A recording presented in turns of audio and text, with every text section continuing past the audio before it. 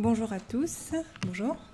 Donc, dans le cadre de cette journée, je vais vous présenter les procédés d'exécution des tirants sous nappe. Dans un premier temps, les tirants réalisés à l'aide d'un tube prolongateur, puis les tirants réalisés sous sas. Nous employons actuellement ce procédé sur un de nos chantiers, un projet immobilier que nous décrirons succinctement, ainsi que les travaux de fondation qui sont réalisés sur le projet, car c'est mon domaine d'activité. Et enfin, les procédés des tirants sous nappe. Donc, comme je disais, la description du projet, ensuite les travaux de fondation et les différents types de tirants. Donc, c'est un projet immobilier d'environ 3 hectares, situé à Issy-les-Moulineaux, à proximité de la mairie. Le site était occupé à l'origine par les locaux d'Orange. Le projet d'ici Cœur de Ville comprend 5 bâtiments de type logement, de L1 à L5, comme vous pouvez le voir ici, et 3 bâtiments de type bureau, B1 à B3, des commerces et des équipements publics répartis au rez-de-chaussée de ces bâtiments, ainsi qu'un cinéma qui est au sous-sol du bâtiment L1. Si je ne me trompe pas, pardon, je reviens en arrière. Excusez-moi. Donc le bâtiment L1, en fait, il est juste là. C'est ce bâtiment sur lequel je vais concentrer ma présentation, parce que les fondations sont en parois moulées. Et je vais présenter les tirants qui ont été mis en place sur cet ouvrage. Donc, les travaux de fondation spéciale faits par Faya Fondation, Céphie Intrafort et Francky, ont consisté en la réalisation d'une paroi lutétienne, d'une paroi clouée, de pieux et d'une paroi tirantée, une paroi moulée. Cette paroi moulée est tirantée sur 3 à 4 niveaux, avec un total de 292 tirants. Compte tenu du niveau de la nappe du site, ces tirants sont dits sous nappe et sont réalisés soit à l'aide d'un tube prolongateur, soit sous sas.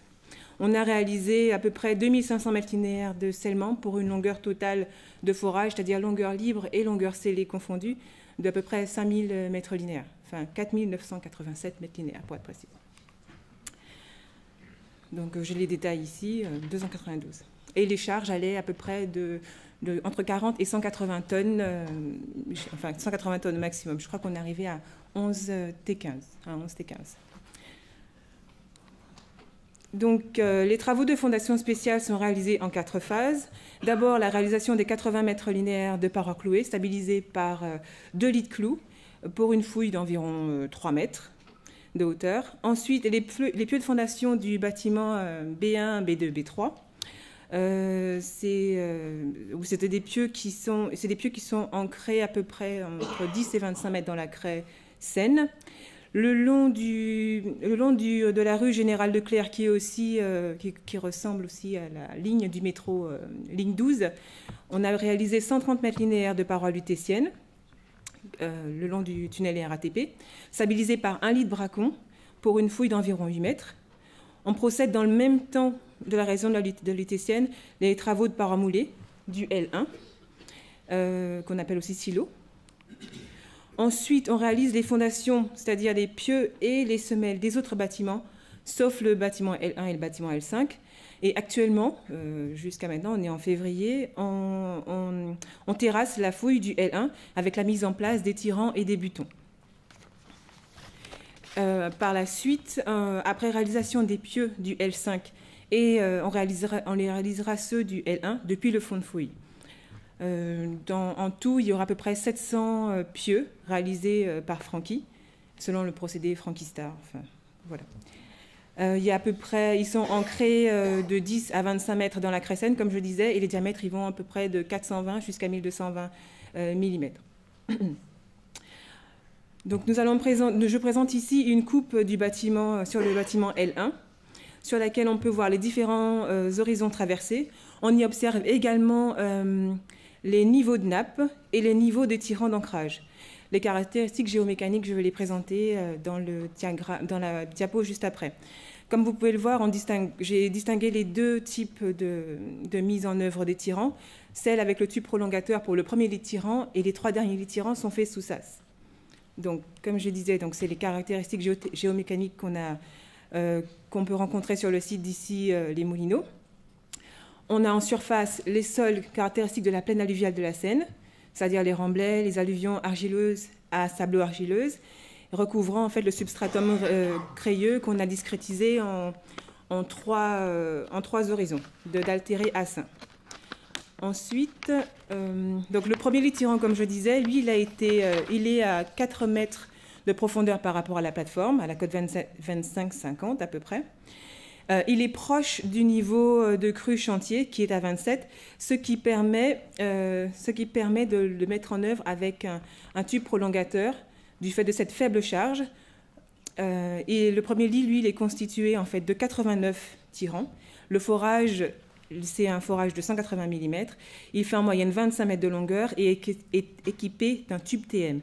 Les dimensions des diamètres des tubes TM, je les ai indiquées en pouces. C'est à peu près 6 et 9 cm, si je ne me trompe pas.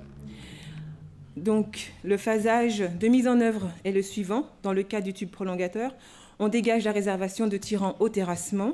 Cette réservation est déjà présente dans la cage d'armature. Ensuite, on pose le tube prolongateur sur le tube support qui est connecté à la platine de réservation. Ensuite, on fore à travers le tube prolongateur. On procède ensuite au scellement, encore ça c'est des photos pour vous montrer en fait sur site. On fore à travers le tube prolongateur et vous avez du coulis qui ressort. On procède ensuite au scellement gravitaire en remplissant le forage au coulis de ciment au moyen de tiges de forage. On pose ensuite le tube TM et on attend la prise du ciment. Dans ce cas précis, c'est à peu près 24 heures. On peut aller jusqu'à 24 heures. On procède ensuite à l'injection qui est dans notre cas répétitive et sélective en faisant claquer les manchettes du tube. Le choix du mode d'injection est primordial puisqu'il conditionne la résistance de l'ancrage du terrain et donc sa tenue. Et normalement, il est censé être défini par le bureau d'études de sol. Il est défini par le bureau d'études de sol. Mais là, on est en exécution. Donc, je vous juste annonce que nous, on a procédé à de l'IRS. Ensuite, on met en place les armatures dans le tube TM. On introduit en fait les armatures, donc les taurons, dans les tubes TM, les armatures sont ensuite scellées à celui-ci, à ce tube TM, par l'injection de coulis. Donc vous pouvez voir sur ces images, donc on a mis, c'est pour vous montrer que pour réaliser ces tirants, pour les mettre en place, on a besoin de beaucoup de personnel pour les mettre en place. On utilise des dérouleurs du fait de la longueur de ces tirants, comme je disais, qui faisaient à peu près de 10 à 25 mètres. Ensuite, on pose le tube trompette de manière à coiffer le tube TM après avoir dégagé la tête du forage sur à peu près de l'épaisseur de la paroi moulée, sur cette distance. On pose le tube trompette de manière à coiffer le tube TM, c'est juste ça. Là, vous pouvez voir sur ces images qu'on a indiqué le vérin, le dispositif de vérin au droit de la plaque d'appui. Après avoir mis en tension le tirant, là, on pose le capot et la protection qui est nécessaire. Dans notre cas, c'est des protections de type P1 et de type P2. Les trois autres lits de tirants, ce sont des tirants, à peu près 203 tirants, ce sont des tirants dits sous sas, en raison de la charge d'eau plus conséquente, environ 5 et 12 mètres d'eau. Ils sont mis en œuvre à peu près à 9 mètres, enfin 15 mètres de profondeur à peu près. On procède ensuite, on procède comme pour le premier cas, au dégagement de la réservation. Ça ressemble à peu près au cas du tube prolongateur, donc on dégage la tête. On pose le sas sur le tube, on pose le sas sur la réservation. Ce sas, il est composé du tube support, du tube support qui permet d'associer la réservation dans la paroi. Le tube support, il est là. Qui permet d'associer la réservation dans la paroi au sas, comme dans le cas avec un tube prolongateur. Il est aussi composé d'une vanne guillotine, donc c'est l'élément bleu que vous voyez ici, qui est conçu pour l'isolation. C'est un dispositif d'obturation. Il permet de couper les arrivées de fluides qui sont assez chargés, dans notre cas. Ensuite, on a le tube à longe intermédiaire, qui lui assure la connexion entre la vanne guillotine et le presse-étoupe. Le presse-étoupe, sur le schéma, on le voit. Le schéma qui est à gauche, on le voit. On le verra sur les diapos juste après, avec les vraies images. Le presse-étoupe, lui, qui est d'une pièce assurant l'étanchéité, tout en permettant la rotation de l'outil de forage. Donc, ici, normalement, alors sur la photo à droite, ceci, la partie blanche, au droit du tube de tige de forage, c'est le presse-étoupe. Ensuite, on met en place le tube d'équilibrage pour équilibrer la nappe, là, ici. Par la suite, on fore à travers le presse-étoupe. Comme je disais, le presse-étoupe, lui, permet la rotation de l'outil de forage. Là, on remonte une autre photo avec une photo un peu plus rapprochée du presse-étoupe et de la mise en œuvre. Là, on procède, une fois le forage terminé, on procède à la substitution du fluide de forage par un coulis de ciment pour réaliser le scellement gravitaire. Puis, on démonte le presse-étoupe pour le remplacer par la jupe. La jupe, c'est ce petit élément ici, c'est le petit élément ici, et on le verra un peu, voilà. Là, on le voit mieux. Elle est, comme vous pouvez le voir, la jupe, c'est un élément métallique avec beaucoup de petits diaphragmes ici, qui est moins étanche, normalement, moins étanche que le presse-étoupe. On met ensuite en place les tubes TM à manchette au travers de la jupe, puis on pose la jupe, en laissant la partie du sas constituée par le tube support et la guillotine. Ici.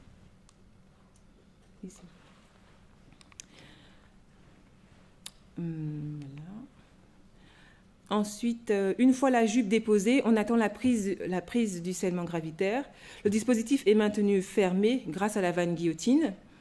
On dépose le sas. On peut voir sur cette photo que le tube scellé, le tube TM scellé, il ressort ici. Là. On procède par la suite à l'injection IRS à l'aide du flexible d'injection, équipé d'un obturateur double, dans notre cas, du fait de l'IRS. On lave le tube TM pour ensuite y mettre les taurons. Donc ici, on a lavé et ensuite, on met les taurons. On scelle les armatures du tirant dans le tube TM. Là, vous voyez, on va dire les cheveux. Ils sont un peu souples, donc ça veut dire que le tirant n'est pas encore mis en tension. Après avoir dégagé la tête du forage et les armatures scellées, on met en place le tube trompette solidaire à la plaque d'appui et la chaise d'appui équipée d'un disque d'ancrage. On procède ensuite à la mise en tension à l'aide du vérin hydraulique. Ici. Vous savez tous à quoi ressemble un vérin hydraulique, je pense. Dans notre cas, dans notre chantier, on a réalisé 19 tirants ont été équipés au niveau de la tête d'ancrage de cellules de contrôle. Toutes les têtes de tirants sont protégées à l'aide d'un capot et on assure la protection de ces dernières contre la corrosion avec de la cire pétrolière. Donc, comme un petit rappel de ce matin sur les protections des têtes d'ancrage, donc au sens du TA 95, on distinguait les protections P0, P1 et P2. Avec le TA 2020, ce type de protection n'a plus cette dénomination. Au TA 2020, le P1 devient une protection type T et le P2 est une protection type P. La P0 n'existe plus. Je ne vous annonce rien. Ensuite, on procède au remplissage de la tête à la cire grâce à un entonnoir, comme vous pouvez le voir, et une louche. Donc c'est juste pour sceller et protéger la tête du tirant. Et là, en fait, c'est une photo du site au mois de décembre. Enfin, voilà, si je ne me trompe pas, c'est au mois de décembre.